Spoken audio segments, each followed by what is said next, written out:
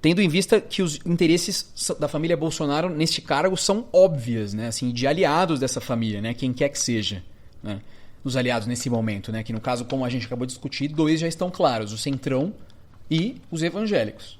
E um cargo desse na Polícia Federal, né, dá motivo para você questionar, né? Assim, como você pode colocar um cara que é amigo para controlar quem vai investigar? A rede também entrou com uma arguição de descumprimento de preceito fundamental por afronta a princípios basilares da Constituição Federal para o Supremo. No sábado, dia 25, o Leandro Collin, da Folha de São Paulo, mostrou que uma apuração comandada pelo Supremo Tribunal Federal, com participação de equipes da Polícia Federal, tem indícios de envolvimento de Carlos Bolsonaro em um esquema de disseminação de fake news.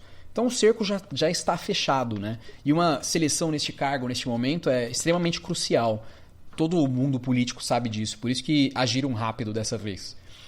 O Alexandre de Moraes concentra os seus argumentos na sua decisão no comportamento de Bolsonaro. Ele baseou a suspensão da posse em elementos que apontam o interesse do presidente em nomear para o comando da Polícia Federal um diretor que poderia fornecer a ele acesso a informações completamente privilegiadas, né, dessas investigações.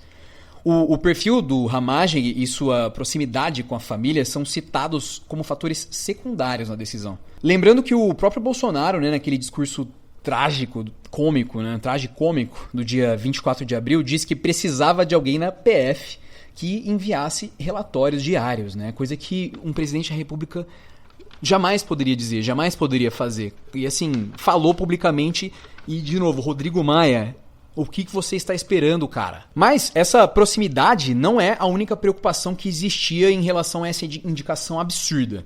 Um novo episódio da Vaza Jato, novidade, nos comprovou que a força-tarefa da Lava Jato já desconfiava dele há quase 5 anos.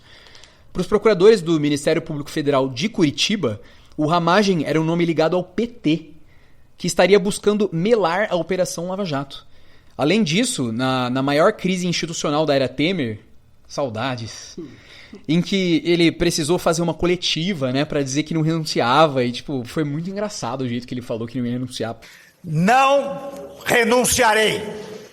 Repito, não renunciarei. Os procuradores da Lava Jato se preocupavam com a amizade que o Ramagem mantinha com Ângelo Goulart Vilela, que em 18 de maio de 2017 tinha sido preso por suspeita de ter vendido informações sigilosas de investigação a Joesley Batista, o dono da JBS. E no dia anterior a isso, vinha à tona a informação de que o Joesley tinha gravado o Temer no Palácio do Jaburu, que daria aval para o empresário comprar o silêncio do Eduardo Cunha, né, na Operação Carne Fraca. E assim, né, toda essa crise, olha o tamanho disso, né? Olha a diferença de tamanho, de proporção. O que aquele áudio significava versus todos os crimes que Jair Bolsonaro está cometendo. E o Temer fez um discurso falando de renúncia já. Para vocês verem a diferença, o tamanho da distorção das instituições que o bolsonarismo causou nesse país, né? Mudando para o nosso próximo tópico, vamos falar um pouco de economia hoje. Começar com a fala do Luciano Huck, né, em um dos painéis da Brazil Conference, que foi organizada por Harvard e pelo MIT, que é o Massachusetts Institute of Technology. E aí eu converso, se você tributar a fortuna, eu acho que o dinheiro escapa. Eu acho que vão ter engenharias fiscais que vai fazer que o dinheiro não fique mais aqui, o que seria muito ruim para o país. O que eu acho que você tem que pensar é a herança, é a tributação da herança. Acho que a gente precisa começar a lutar, assim, todo mundo, todos os amigos informados, pessoas que gostam de estudar, contra essa ideia que é difundida por essas pessoas que pensam meio partido novo, sabe? De uma forma meio rasa, mas com um viés super... tem que pensar assim... e afins, né? Isso não é exclusivo a um pensamento do Partido Novo, é só um estereótipo que eu criei aqui para ficar claro, mas na ideia das pessoas, inclusive de classe média, inclusive que financiam apartamentos e carros, né? De que imposto sobre patrimônio, né, ou riqueza provocaria eventual fuga massiva de capital do Brasil, que é o que o Luciano Huck falou agora. É muito mais provável que a riqueza permaneça no Brasil porque é vantajoso para quem tem patrimônio. A gente tem leis, barreiras à remessa ao exterior e barreiras à imigração, além de composição de patrimônio que dificultam a saída de riqueza. O Brasil pode e deve melhorar sua tributação de patrimônio porque é uma forma de tributação mais eficiente e humana do que tributar consumo e produção. Então, por exemplo, hoje um cara que compra um carro zero vai pagar diversos tributos que estão embutidos no preço daquele carro, e se um cara muito mais rico for lá comprar, ele proporcionalmente paga muito menos pela condição de vida que ele tem, sabe? Essa é a desvantagem da tributação indireta, que hoje é a maior parte da tributação do país. São tributos indiretos. Produtos que estão em bens de consumo e não do patrimônio. E é por isso que o Brasil é o país com a maior concentração de renda do mundo, por conta dessa distorção que há no sistema tributário. A gente precisa de uma reforma tributária que busque a justiça social e não uma desburocratização do sistema para deixar o rico mais rico e permitir que eles continuem crescendo e criando conglomerados, né, de empresas gigantescas. O rico não recebe por CLT, gente. Eles recebem por dividendos que não são tributáveis, e só um país do mundo, além do nosso, também não tributa dividendos, e é a Estônia, um país com 1,5 milhão de habitantes no leste europeu. Não dá para haver fuga de imóveis e capital físico em geral. Não dá para mandar a sua casa, a sua fazenda, seu apartamento, seu carro, sua empresa para o exterior. Metade da riqueza do Brasil é imóvel e cerca de 2/3 dela não consegue migrar internacionalmente. A massa das aplicações financeiras do Brasil é em títulos públicos, previdência privada, poupança, CDB, essas coisas. E isso não migra em função da tributação de patrimônio, porque migrar é muito caro e muito difícil. Uma transação super complexa. Quem tirar a riqueza do Brasil vai ter mais tributação no exterior e no Brasil. Me fala, Paulo, qual é o rico brasileiro que quer pagar imposto de renda 2 vezes, nos Estados Unidos e no Brasil? Porque se você mandar a riqueza para fora e permanecer residente no Brasil, você vai ser bitributado. Só para sonegadores, então, valeria a pena fazer uma evasão de riqueza. A pergunta que tem que fazer é qual brasileiro rico quer pagar imposto, né? Porque o que eles mais fazem é exatamente fugir, né, dessa questão. E é engraçado, né, você vê uma figura como o Luciano Huck que se coloca tão de vanguarda, né? Aquele negócio, ele é tão galera. Ai, ela é toda boazinha, ela é toda do bem, ela é tão galera, ela é jovem, ela é, sabe? Ah, se fuder, sabe? Chata paca. E aí quando fala em taxação de fortuna, o cara acha um absurdo.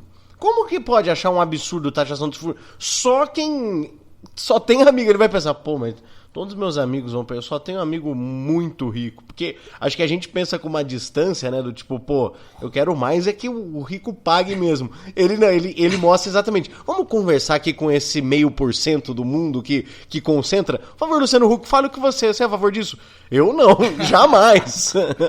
Eles que lutem, né? E o pior é que nessa mesma entrevista mais cedo ele fala do 1%, que ele é 1%, ele mesmo se considera 1% da sociedade, dizendo que eles não fazem muito, né? Tipo, eu assisti a entrevista inteira, porque eu queria entender todo o argumento dele, todo lado. Eu sou masoquista, gente, eu sei. Eu tenho que parar com essas coisas, cara. Quem tirar a riqueza do Brasil paga o IOF, que é o Imposto sobre Operações Financeiras. Para trazer a riqueza de volta, também paga o IOF. É caro ficar indo e voltando. A renda recebida no exterior é tributada no Brasil a tarifas mais altas que os investimentos dentro do nosso próprio país. As pessoas não vão migrar, porque não é trivial, cara, ser residente em outro país para quem tem família, empresa, clientes, emprego no Brasil. E, tipo, principalmente é difícil tirar um visto para isso. E, por exemplo, médicos, advogados, engenheiros não conseguem trabalhar em profissões fechadas no exterior. Os empresários no Brasil não vão se livrar de suas empresas e migrar capital. Dificilmente eles teriam condição de concorrer em mercados altamente competitivos, tipo o próprio Estados Unidos ou a União Europeia, ou lidar com um mercado que são cheios de barreiras, como os países que estão em desenvolvimento ainda. A maior parte dos capitais estrangeiros no Brasil nos últimos anos entrou para M&A, que é fusões e aquisições, ou seja, compra de capital instalado. É pequena a quantidade de investimentos para expansão no capital, mas essa fuga não seria grave. E lembrando que essa fuga já ocorre hoje por conta do aumento do risco do Brasil, né? Que está aumentando cada vez mais esse índice de investimento. Ninguém sabe onde vai parar, com o Bolsonaro no poder, né? O brasileiro não pode ter medo de tributar patrimônio. A gente tem que parar com isso. Não existe razão científica para temer grandes fugas de riqueza. Não há. Tributos sobre patrimônio são economicamente superiores a tributos sobre consumo e produção. E socialmente também. Pra mim, assim, cara, é incondicional. É sim uma boa decisão política pro segundo país com a maior concentração de renda do mundo. Não dá mais. A gente precisa enaltecer políticos que defendem esse negócio óbvio de uma tributação em prol de justiça social e não de unificação de imposto para ficar mais fácil pro empresário, demitir uma galera que trabalha hoje nas operações fiscais, porque é sim muito complexo e eu acho que sim, tem que desburocratizar. Mas a gente tem que primeiro pensar em como balancear um pouco a nossa sociedade, né? Que está ficando cada vez mais desigual. E essas coisas de, vamos fazer reforma, está buscando ser mais desigual ainda. Essa é a situação, né, da conversa que a gente tem que ter. As pessoas têm que abrir o olho. Porque, né, eu não sei quem aqui é rico, que ouve o Coronga, rico mesmo, assim, que não precisa se preocupar com... Tem uns aí, hein? Vou falar nomes. Vou citar nomes de 3 amigos que entrariam na minha taxação. Eu sou o polícia da taxação, eu e o Léo Palhano. E agora, falando um pouco mais da nossa economia, né, dos dias atuais, a epidemia do novo coronavírus terá efeitos devastadores sobre a economia mundial em 2020. Para reduzir o número de vítimas do vírus, é preciso evitar a sobrecarga dos sistemas de saúde por meio do isolamento social, e isso já é consenso no mundo inteiro. Esse isolamento reduz a produção e o consumo, tendo forte impacto sobre a atividade econômica do mundo inteiro. Para reduzir os efeitos negativos da epidemia sobre a economia, os governos estão adotando enormes pacotes de medidas fiscais e monetárias e, ainda assim, os efeitos da pandemia serão enormes mundo afora. O João Romero, que é PhD pela Universidade de Cambridge e professor do Departamento de Economia da Universidade Federal em Minas Gerais, nos trouxe na sua coluna no Intercept que, no caso do Brasil, a relutância do ministro da Economia, Paulo Guedes, em reconhecer a gravidade da situação e abrir mão da sua ideologia contrária a intervenções estatais tem reduzido a agilidade e a magnitude das medidas adotadas no nosso país.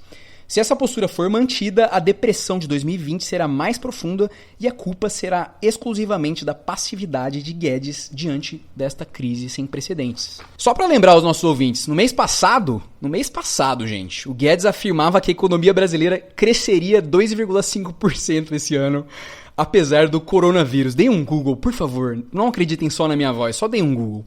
E que seria possível lidar com a economia com apenas 5 bilhões, cara. 5 bilhões de reais pro coronavírus, Paulo do Vale, um mês atrás. Esse é o preparo do governo B17.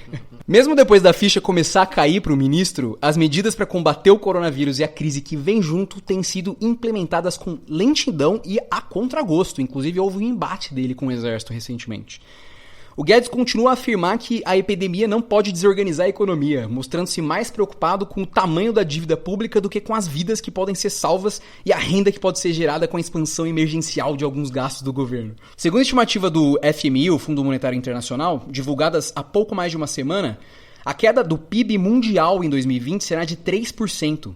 Para se ter uma ideia do tamanho dessa queda, a crise financeira do final de 2007 e 2008 gerou uma queda do PIB mundial de apenas 0,1% em 2009.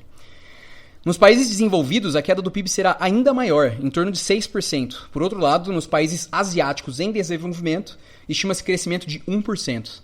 Ou seja, a educação realmente funciona, né? Porque os países asiáticos têm fama em darem all-in na educação.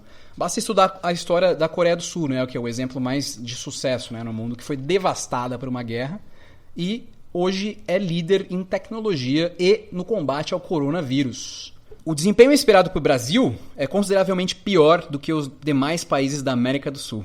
A estimativa do FMI para o Brasil é de queda de 5,3% do PIB em 2020 e crescimento de 2,9% em 2021. Expectativa bastante otimista na opinião do Romero. Nos demais países da região, excluindo Venezuela, a expectativa é de uma queda média de 3,8% do PIB em 2020 e crescimento médio de 4,3% em 2021. Ou seja, se o governo não ampliar as medidas contra a crise, iremos cair 1,5% pontos percentuais a mais que a média do continente em 2020 e crescer 1,4% pontos percentuais a menos em 2021. Para o ex-presidente do Banco Central, Armínio Fraga, a queda do Brasil pode ser ainda maior, chegando a 8% do PIB em 2020. 8% do país, cara.